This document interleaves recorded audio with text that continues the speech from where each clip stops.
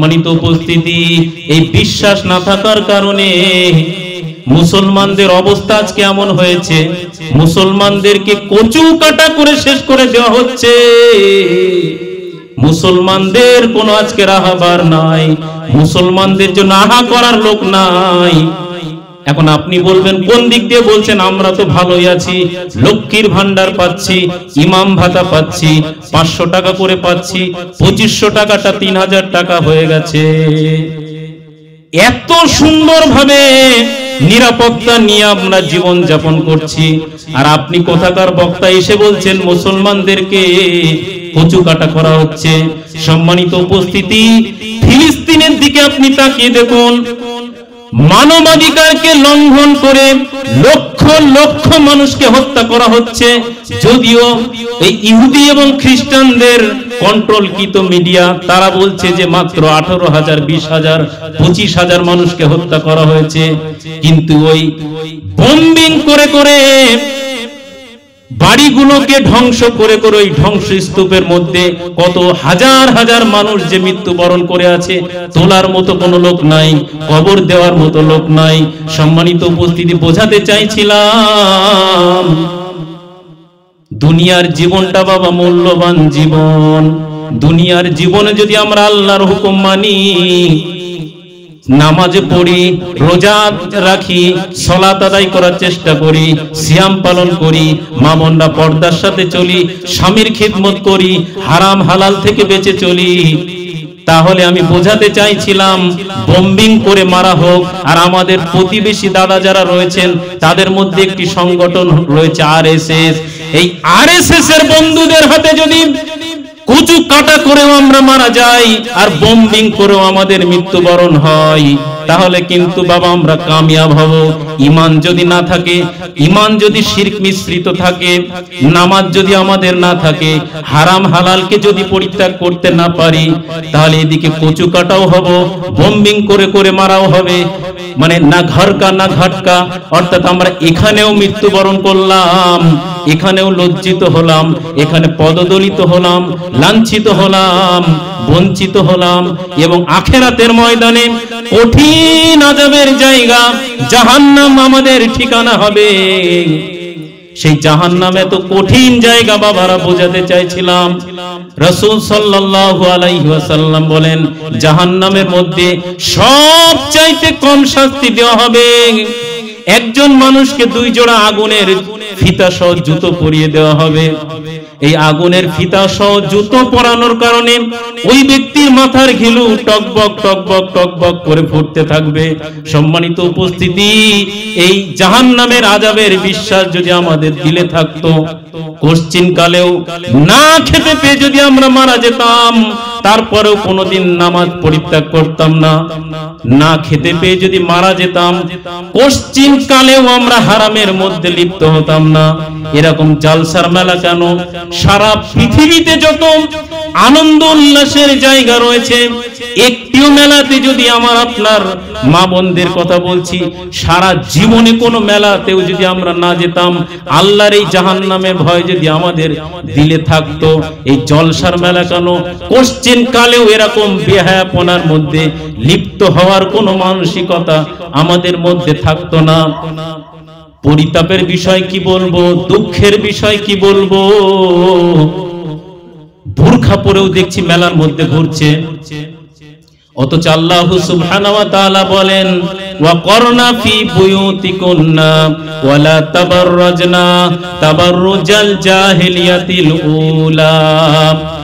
হে বিশ্বের নারী জাতি, তোমরা জাহেলি যুগের নাই, বন্যতার যুগের নাই, মূর্খতার যুগের নাই, তোমরা নিজেদেরকে রূপ প্রদর্শন করে ঘুরে বেরিও না। মা বোনদেরকে উদ্দেশ্যে মহান স্রষ্টা আল্লাহ সুবহানাহু ওয়া তাআলা সূরা আল আহজাবের 33 নম্বর আয়াতের মধ্যে বললেন, হে বিশ্বের নারী জাতি, তোমরা বন্যতার যুগের নাই, অশ্লীলতার যুগের নাই, জাহেলিয়াতের যুগের নাই। তৎকালীন জামানার নারীরা যেভাবে নিজেদের রূপ প্রদর্শন করে বেড়াতো, তোমরা সেই জাহেলি যুগের নাই, নিজের জীবন যৌবনকে প্রদর্শন করে বেরিও না। এখন এই আয়াতের বিশ্বাস যদি আমাদের দিলের মধ্যে থাকতো, তাহলে কোন মা বোন সারা জীবন ধরে যদি তার স্বামী ওই জলসার মেলা কেন কোন মেলাতেই না নিয়ে যেত, কোশ্চিন কালেও তার কমপ্লেন আসতো না। এই জাহান্নামার ভয় তার দিলের মধ্যে না থাকার কারণে, কোরআনের জ্ঞান তার দিলের মধ্যে না থাকার কারণে, আল্লাহ সুবহানাহু ওয়া তাআলার হুকুমের ভয় তার মধ্যে না থাকার কারণে আজকের দিনে দাঁড়িয়ে মা বোনদের মধ্যে কোনো পর্দা নাই। 98% মহিলাদের মধ্যে পর্দা নাই। 2% মহিলা যারা পর্দা করার চেষ্টা করে তারা আবার বাইরে গেলে বোরকা পরে, দেওরের সামনে বোরকা পরে না। আল্লাহ রসুল বললেন দেওর হলো মৃত্যু, অথচ আমার আপনার বাড়ির মা বোনরা দেওরকে বানিয়েছে ভাই। আল্লাহ রসুল বললেন দেওরকে মৃত্যু মনে করো, আর মা বোনরা দেওরকে বানালো ভাই। আবার মা বোনদেরকে কি বলবো, বাড়ির শাশুড়ি যারা রয়েছে, যদি কোনো বাড়ির বৌমা একটু পর্দা করতে চায়, দেওরের সঙ্গে নিজেকে আবৃত করে রাখতে চায়, তখন ওই বৌমাকে ওই বৃদ্ধা শাশুড়ি বলে বাবা এ তো তোমার ভাই। কি অবস্থা দেখো তো দেখি, আমার একটা মাত্র ছোট ছেলে, বড় বৌমা এমন বউকে ঘরে নিয়ে এসেছি, ও আমার ছেলেকে একেবারেই দেখতে পারে না, আমার ছেলেটাকে ভাত পর্যন্ত দেয় না, একটু ভাই বোনের মতো গল্প করবে সেই গল্পও করতে দেয় না। ঠিক বলছি না ভুল বলছি? অর্থাৎ দোষ তো মা বোনদের রয়েছেই, কিন্তু শাশুড়িরা যারা রয়েছে, এই শাশুড়িদের উদ্দেশ্যে বলতে চাই, আমার মা যে বৌমা নিজের শরীরকে তার দেওর থেকে আবৃত রাখতে চায়, আপনি কেন বাধা হলেন? যে বৌমা সে পর্দার বিধান মানার জন্য আপনার ছোট ছেলে অর্থাৎ তার দেওরের কাছে যেতে চায় না, আপনি কেন তার জন্য পাশের বাড়ির মা বোনদের কাছে গিয়ে আপনি অভিযোগ করলেন? এমন ফকিন্নির বাচ্চা ফকিন্নিকে নিয়ে এসেছি যে আমার ছেলেটাকে একেবারেই ভালোবাসে না, বিয়ে করার পরপরই ভাই বোনের মধ্যে মিলেমিশে গল্প করবে কিনা, আমি কোথাও চলে গেলে সে একা ভাতটা বেড়ে দেয় না, তার সঙ্গে কথা বলে না, গল্প করে না। অর্থাৎ আমি বোঝাতে চাইছিলাম এটা হচ্ছে মূর্খতা, জিহালাত। কারণ পর্দার বিধান মানতে গেলে স্বামীর সামনে সে যেতে পারবে, কারণ আল্লাহ সুবহানাহু ওয়া তাআলা সূরা আল-আহজাবের মধ্যে আরো বলেন, ইয়া আইয়ুহান নাবিয়্যু লিআজওয়াজিকা ওয়া বানাতিকা ওয়া নিসাইল মুমিনিন ইদুনিনা আলাইহিন্না মিন জালাবিবিহিন্না। হে নবী, আপনি আপনার স্ত্রী এবং কন্যাদেরকে, মুমিনা নারীদেরকে বলে দিন, তারা যেন তাদের চাদরের কিয়দংশ তাদের মুখমণ্ডলের সামনে যে ঝুলিয়ে দেয়। এখন মনে করুন এই কোরআনের বাণীকে মানার জন্য আপনার বৌমা যদি আগামীকাল থেকে আপনার ছোট ছেলের সামনে ওই ঘুমটা পড়ে থাকে, ছোট ছেলের সঙ্গে কথা না বলে, ছোট ছেলের সঙ্গে গল্প না করে, অমল বিমল শ্যামল নয়, আপনি তো সর্বপ্রথম বাধা দেবেন, বলবেন এই কোন ছোট লোকের ঘরের মেয়েকে নিয়ে আসলাম, মিল মহব্বত করে থাকতে পারে না, সংসারে ভাঙন ধরিয়ে দিল। ভুল বলছি না ঠিক বলছি ভাই? ঠিক বলছি না ভুল বলছি? পর্দার বিধান মানতে গেলে পরপুরুষের সামনে যাওয়া যাবে না, নিজের জীবন যৌবনকে অবশ্যই অবশ্যই পর্দার মাধ্যমে আবৃত করে রাখতে হবে।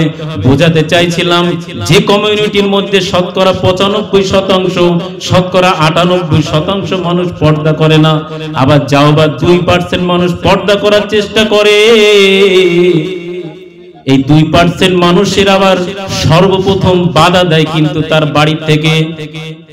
কোন নতুন বউ যদি ফুল হাতা চুড়িদার সালোয়ার কামিজ পরার চেষ্টা করে, ওই বাড়ির শাশুড়ি সর্বপ্রথম বাধা দেয়, বলে উমা মা ছি ছি ছি, তোমার না বিয়ে হয়ে গেছে বৌমা, এখন তুমি চুড়িদার পরবে কেন?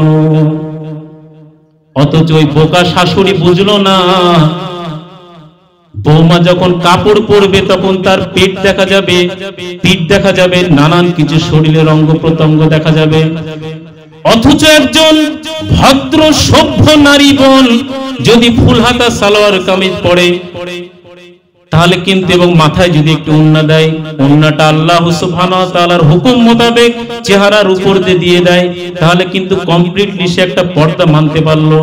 এই পর্দা মানতে গেলে সমাজ নিয়ে গবেষণা করে দেখেছি, ওই বাড়ির শাশুড়ি সর্বপ্রথম বিরোধিতা করে। শাশুড়ি যদি বুঝে যায়, শয়তান এবার পিছনে পিছনে লেগে যায়, পাশের বাড়ির দেখবেন পাড়ার মধ্যে কিছু মহিলাদের হেড থাকে না, এসে বলে উমা মা মা মা কি সর্বনাশ, উমা তোমার কাঁচা বয়স, তুমি এখন এসব পড়বা কেন? মানে শয়তান তাকে ভর করার কারণে কি হয়, যাতে কিভাবে এমন একটা পোশাক পরবে যাতে করে তার পেট বুক পিঠ সব দেখা যায়। আমি যে কথাটা কেন বলছি আপনারা বলবেন যে এক লাইন থেকে আরেক লাইনে চলে গেল, মূল লাইন আমার মনে আছে, আসছি। আজকে শতকরা 90% ফ্যামিলিতে আপনি খোঁজ নিয়ে দেখুন, 90% পরিবারে পরকীয়ার জন্য সংসার নষ্ট হয়ে যাচ্ছে। ভাই পরকীয়া হচ্ছে না? হচ্ছে না? এর বউ ওর সঙ্গে, তার বউ তার সঙ্গে, আমি যুবক যুবতীদের কথা তো বাদই দিয়ে দিলাম। সম্মানিত উপস্থিতি, বোঝাতে চাইছিলাম এই হচ্ছে আমাদের সমাজের বাস্তবতা, যে বাস্তবতার কারণে আজকে আমাদের কোনো উন্নতি নাই। অর্থাৎ আল্লাহ সুবহানাহু ওয়া তাআলার এই জাহান্নামের ভয় যদি আমাদের দিলের মধ্যে থাকতো, কোনো মামুন কখনো পর্দা বিহীন চলতে পারতো না।